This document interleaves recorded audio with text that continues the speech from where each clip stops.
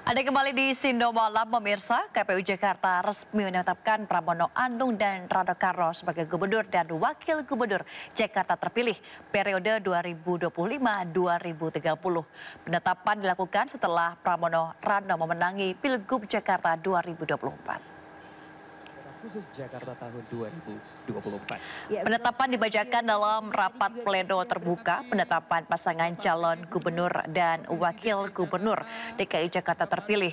Pramono Rano hadir di rapat pleno tersebut mengenakan baju batik berwarna coklat. Selain itu hadir paslon nomor urut 2 Dharma Pongrekun dan Kunwardana. Sementara paslon nomor urut 1 hanya dihadiri Suswono. Ketua KPU DKI Jakarta Wahyu Dinata membacakan hasil rekapitulasi suara di Pilgub DKI, yaitu pasangan Ridwan Kamil Suswono sebesar 39,4%. Sementara pasangan Dharma Pongrekun Kunwardana sebesar 10,53%. Selanjutnya pasangan Pramono Rano sebesar 50,07%. Wahyu juga menetapkan paslon gubernur dan wagub Jakarta Pramono Rano dengan perolehan suara sebanyak 50,07% dari total suara sah sebagai paslon cagup dan cawagup terpilih Jakarta tahun 2025-2030. Ada Pak Asper. Gubernur KPU Provinsi Daerah Khusus Jakarta menetapkan pasangan calon gubernur dan wakil gubernur terpilih Provinsi Daerah Khusus Jakarta tahun 2024 yang memperoleh suara sah lebih dari 50% dari jumlah suara sah sebagai pasangan calon gubernur dan wakil gubernur terpilih, yaitu calon gubernur Dr. Insinyur Pramono Anung Wibowo MM, calon wakil gubernur Haji Rano Karno SIP atau Sidul. Partai pengusul Partai Demokrasi Indonesia Perjuangan, Partai Hanura, perolehan suara sah 2.183.239 suara atau 50,07%. Jumlah seluruh suara sah 4.360.629 suara. KPU Jakarta resmi menetapkan Pramono Anung dan Rano Karno sebagai gubernur dan wakil gubernur terpilih periode 2025-2030. Penetapan dilakukan setelah pasangan Pramono Rano memenangi Pilgub Jakarta 2024. Pertarungan sengit terjadi antara Ridwan Kamil dan Suswono yang hadir dengan segudang prestasi, Pramono Anung dan Rano Karno yang muncul sebagai representasi Betawi asli, hingga sosok Dharma Pongrekun dan Kunwardana yang hadir sebagai pasangan independen. Dalam pemilihan Gubernur Jakarta, pasangan Ridwan Kamil Suswono mengisi nomor urut 1. Sementara pasangan Dharma Kun mengisi nomor urut 2 dan Pramono Rano mengisi nomor urut 3. Dari hasil rekapitulasi suara KPU, pasangan nomor urut 3 Pramono Anung Rano Karno meraih suara tertinggi, yakni 2.183.239 suara atau 50,07% dan telah memenuhi syarat memenangkan Pilkada Jakarta. Pasangan Pramono Rano secara simbolik memotong tumpeng sebagai tanda syukur atas kemenangan Pilkada serentak. Acara syukuran kemenangan ini digelar di rumah bersama relawan di kawasan Menteng, Jakarta Pusat. Acara yang dihadiri ratusan pendukung juga dihadiri Ketua Tim Pemenangan Cak Lontong, serta sejumlah koordinator relawan 03. Gubernur Jakarta terpilih Pramono Anung mengaku telah menerima ucapan selamat dari dua pasangan cagup dan cawagup Jakarta, Ridwan Kamil Suswono dan Dharma Pongrekun Kunwardana. Pramono juga menyampaikan terima kasih kepada kedua paslon dan warga Jakarta yang telah menyukseskan pelaksanaan pilkada dengan damai dan sejuk. Politikus PDI Perjuangan ini berharap Pilkada Jakarta menjadi contoh bagi daerah lain di Indonesia. Pertama-tama saya sungguh bergembira dan berterima kasih atas pelaksanaan pemilihan Gubernur Jakarta yang betul-betul berlangsung dengan aman, tentram, damai. Dan inilah role model yang sebenarnya dari proses pilkada yang ada. Bahkan hampir tidak pernah, kalau mau jujur, ada perselisihan yang mengemuka di ruang publik yang terbuka, yang selama ini menjadi kekuatan tarik-menarik yang luar biasa dua pilgub sebelumnya. Sehingga dengan demikian kami juga ingin mengucapkan terima kasih kepada KPUD, Bawaslu, TNI, Polri, aparat penegak hukum, dan tentunya kita semua, para pelaku dalam proses pilgub ini yang betul-betul berjalan dengan baik. Ditutup. Bersama pasangannya Rano Karno, Pramono akan berkonsentrasi membangun kembali Jakarta dan akan mengakomodir program kedua kompetitornya seperti sarapan dan internet gratis bagi warga Jakarta. Tim Liputan iNews melaporkan. Gubernur Daerah Khusus Ibu Kota Jakarta. Usai ditetapkan sebagai gubernur dan wakil gubernur Jakarta terpilih, Pramono Rano membentuk tim transisi pemerintahan. Tim transisi tersebut akan bekerja mengkoordinasikan permasalahan Jakarta agar usai dilantik nanti Pramono Rano bisa langsung bekerja. Saya dan Bang Dul karena pelantikannya mungkin bisa 1 bulan atau 1,5 bulan atau 2 bulan. Karena ini sekarang kewenangan sepenuhnya ada di pemerintah pusat, ada di Bapak Presiden dan Menteri Dalam Negeri. Tentunya kami akan menunggu apa yang menjadi keputusan tersebut. Sambil menunggu itu saya akan menyampaikan kepada saudara-saudara sekalian sekaligus sebagai apa yang pernah saya sampaikan bahwa akan ada tim transisi pemerintahan yang sifatnya adalah menyiapkan, bukan memutuskan, menyiapkan peralihan atau transisi pemerintahan supaya nanti begitu pelantikan saya dan Bang Dul bisa langsung bekerja. Nama-nama yang kami pilih adalah merepresentasikan apa yang membantu saya selama ini, apa yang membantu Bang Dul, dan orang-orang yang bekerja secara profesional. Bahkan ada beberapa nama yang kemudian saya secara khusus mengajak diskusi untuk mengetahui bagaimana kemampuan dan sebagainya. KPU Jawa Barat menetapkan pasangan Deddy Mulyadi dan Erwan Setiawan sebagai Gubernur Jawa Barat periode 2025-2030. Sementara di Bali, KPU menetapkan pasangan Koster Giri, sedangkan pasangan Andra Dimyati ditetapkan sebagai Gubernur Wakil Gubernur Banten terpilih.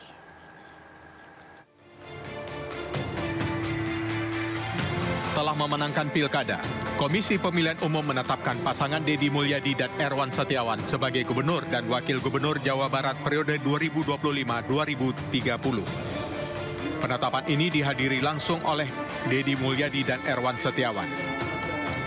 Dalam pilkada kemarin, pasangan Deddy Mulyadi dan Erwan Setiawan memperoleh 14.130.192 suara atau unggul 62,22%. KPU Jawa Barat pun masih menunggu arahan dari Kementerian Dalam Negeri untuk pelantikan Gubernur Jawa Barat terpilih. Kalau pelantikan sih kewenangannya ada di Peraturan Presiden nomor 80 tahun 2024. Masih tanggal 7 Februari 2024, belum ada perubahan. Sementara itu, Gubernur Jawa Barat terpilih Deddy Mulyadi menyampaikan pihaknya ingin segera melaksanakan tugas-tugas selaku gubernur. Namun harus menunggu hari pelantikan. Kita ingin segera melaksanakan tugas-tugas ini dengan cepat, karena saya biasa bekerja dengan cepat, sehingga seluruh kecepatan itu kan tergantung pada penetapan kapan dilakukan pelantikan. Dan kita masih menunggu ya, pelantikannya akan dilaksanakan kapan, apakah akan dipisah yang tidak digugat ke MK lebih dulu, atau digabung menunggu seluruh gugatan itu selesai. Nah, itu kita serahkan sepenuhnya kepada pemerintah.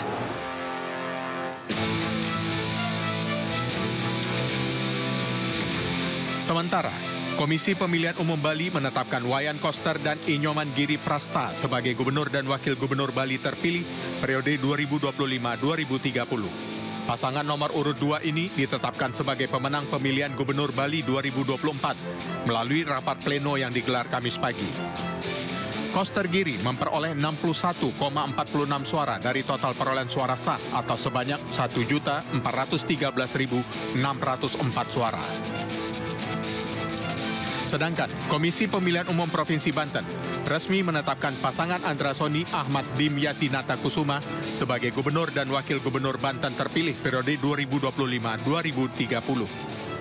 Penetapan dilakukan melalui rapat pleno terbuka di Aula Kantor KPU Banten, Cipocok Jaya, Kota Serang, Kamis siang. Pasangan Andra Dimyati dinyatakan sebagai pemenang Pilgub Banten 2024 dengan perolehan suara 3.102.501 suara atau 55,88% dari total suara sah. Selanjutnya, KPU Provinsi Banten akan menyampaikan surat pengusulan pengesahan pengangkatan pasangan calon terpilih ke DPRD Banten. Tim iNews melaporkan. Selanjutnya mohon izin. Pemirsa, Ahok dipanggil Komisi Pemberantasan Korupsi untuk dimintai keterangan terkait kasus korupsi LNG. Ahok dipanggil KPK sebagai saksi.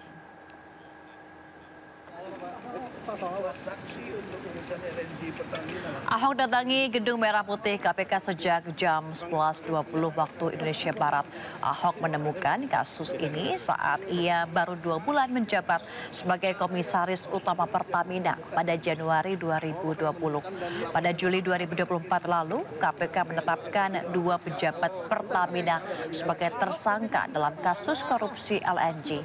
Mereka adalah Yeni Andayani selaku Senior Vice President Gas and Power PT Pertamina tahun 2013-2014 dan Hari Karyuliarto selaku Direktur Gas PT Pertamina periode 2012-2014. Sebelumnya, ex-dirut PT Pertamina Karen Agustiawan terbukti telah melakukan tindak pidana korupsi dan divonis 9 tahun penjara dalam kasus korupsi pengadaan gas alam cair atau LNG di Pertamina. Kan gue udah lupa, ini kasus LNG bukan di zaman saya semua. Cuma kita yang temukan waktu zaman saya jadi komut itu aja sih. Itu sudah terjadi kontraknya sebelum saya masuk. Nah ini pas ketemu itu di Januari 2020 lah. Setelah saya 2 bulan di dalam. Ya, itu aja sih. KPK menjadwalkan pemeriksaan terhadap anggota DPR RI fraksi PDIP Maria Lestari. Ia dipanggil sebagai saksi penyidikan kasus dugaan korupsi suap dan obstruction of justice dengan tersangka Sekretaris Jenderal PDI Perjuangan Hasto Kristianto. Pihak KPK belum menjelaskan terkait dengan materi pemeriksaan yang akan digali dari Maria Lestari. Dalam perkara ini, nama Maria sempat diungkap oleh Ketua KPK Setio Budianto saat mengumumkan Hasto Kristianto sebagai tersangka. Setio menyebut Hasto diduga mengajukan 2 nama untuk diloloskan jadi anggota DPR RI kepada mantan Komisioner KPU Wahyu Setiawan, yaitu Maria dan Buron Harun Masiku. Dalam kasus ini, Hasto juga dijerat sebagai tersangka dalam kasus perintangan penyidikan.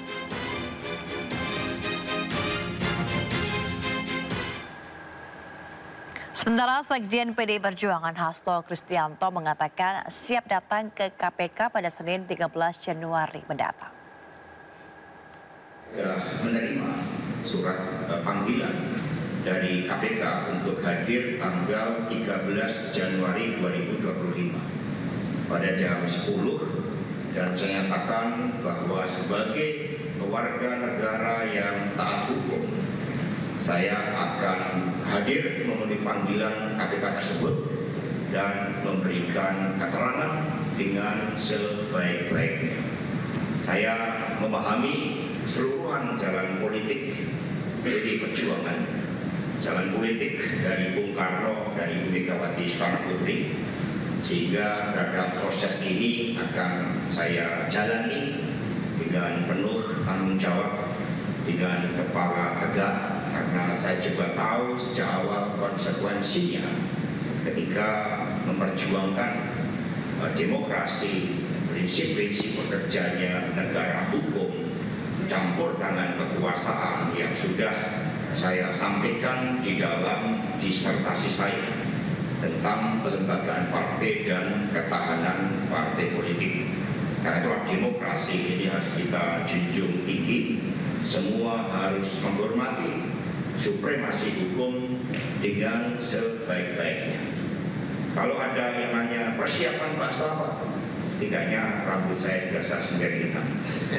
Jadi sebagai lambang tidak ada yang abu-abu dalam hukum. Dan ini juga kata Pak Jarod, saya menjadi lebih mudah. Saya nggak bertanya pada perempuan karena takut saya kemudian jadi sombong. Ex-kader PDIP Effendi Simbolon meminta Ketua Umum PDI Perjuangan Megawati Soekarno Putri bertanggung jawab atas perkara yang menjerat Hasto Kristianto. Ia juga mendesak Megawati untuk mundur dari jabatannya sebagai Ketua Umum PDIP.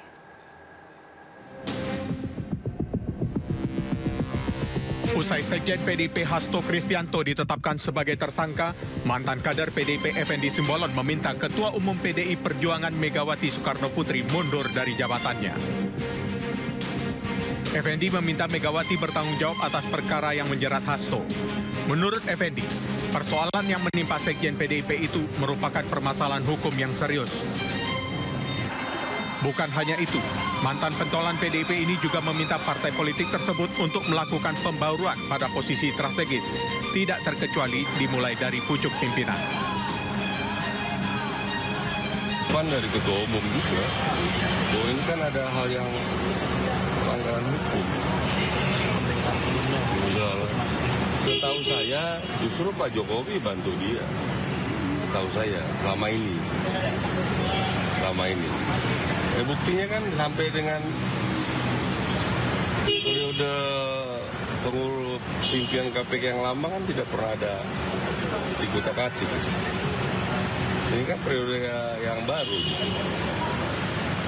Pertanggungjawaban Ketua Umumnya seperti apa Pak yang dimaksud? Dia harus mengundurkan diri sebagai bentuk pertanggungjawaban atas, ini kan masalah serius, masalah hukum. Bukan masalah sebatas etika yang digembar-gemborkan, ini hukum. Menanggapi pernyataan Effendi tersebut, juru bicara PDIP Guntur Romli menyebut, permintaan Effendi itu tidak etis. Karena Effendi sudah bukan jadi kader partai PDIP lagi. Nama Saudara Effendi Simbolon sudah dipecat dari Partai Demokrasi Indonesia Perjuangan. Karena itu tidak layak dan tidak etis mengomentari PDI Perjuangan. Apalagi meminta Ibu Megawati Soekarno Putri mundur dari Ketua Umum yang merupakan pernyataan yang kurang ajar. Yang kedua, kami menduga bahwa pernyataan Saudara Effendi Simbolon itu terkait dengan pertemuan Joko Widodo beberapa waktu lalu di Solo. Dan kami semakin yakin apa yang disampaikan oleh Ibu Megawati Soekarno Putri Ketua Umum PDI Perjuangan pada tanggal 12 Desember bahwa ada yang ingin mengaut-aut, ada yang ingin mengacak-ngacak Partai Demokrasi Indonesia Perjuangan menemukan relevansinya. Sementara itu, sejak awal Ketua KPK Setio Budianto membantah narasi adanya politisasi kasus hukum terhadap Hasto Kristianto. Ia baru ditetapkan sebagai tersangka 4 tahun kemudian, murni karena penegakan hukum. Tim Liputan iNews melaporkan. Ke informasi lainnya pemirsa, pagar laut misterius membentang sepanjang 30,16 km di pesisir Kabupaten Tangerang, Provinsi Banten. Pagar misterius tersebut menggunakan bambu atau cerucuk dengan ketinggian mencapai 6 meter. Ternyata masaknya kan malam. Pembangunan pagar laut misterius ini membentang di sepanjang 16 desa dan melibatkan 6 kecamatan di Kabupaten Tangerang. Menurut DKP Banten, informasi pertama adanya pagar laut misterius ini diterima pada tanggal 14 Agustus 2024 dan DKP melakukan peninjauan di tanggal 19 Agustus 2024 dan saat itu panjang pagar laut baru mencapai 7 km. Kementerian Kelautan dan Perikanan melalui Direktorat Jenderal Pengawasan Sumber Daya Kelautan dan Perikanan PSDKP akan melakukan penyegelan terhadap pagar misterius tersebut. Jadi Cuma masalahnya kita bambuna. Pagar laut misterius yang membentang jauh ke laut di kawasan perairan Laut Tangerang ini mengganggu aktivitas para nelayan tradisional yang berada di kawasan tersebut. Diduga pembangunan pagar laut misterius itu terkait dengan proyek seperti reklamasi ataupun pembangunan kawasan tertentu. Kepala Dinas Kelautan dan Perikanan DKP Banten Eli Susianti menyatakan kegiatan pemanggaran ini tidak mendapat rekomendasi atau izin dari desa maupun camat setempat, sehingga dipastikan melanggar aturan dan tidak memiliki izin resmi.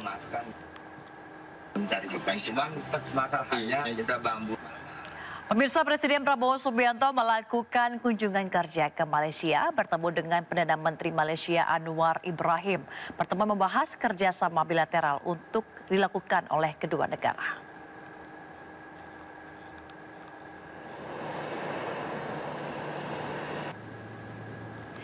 Prabowo dan Anwar Ibrahim juga menjajaki potensi kerjasama baru guna memperkuat hubungan kedua negara. Prabowo langsung disambut Anwar Ibrahim ketika tiba. Selanjutnya Prabowo masuk menuju beranda rumah Tangsi untuk melihat salah satu ikon dari Malaysia, yaitu Menara Petronas. Selanjutnya Prabowo dan Anwar Ibrahim langsung menuju area makan untuk menikmati jamuan santap siang bersama.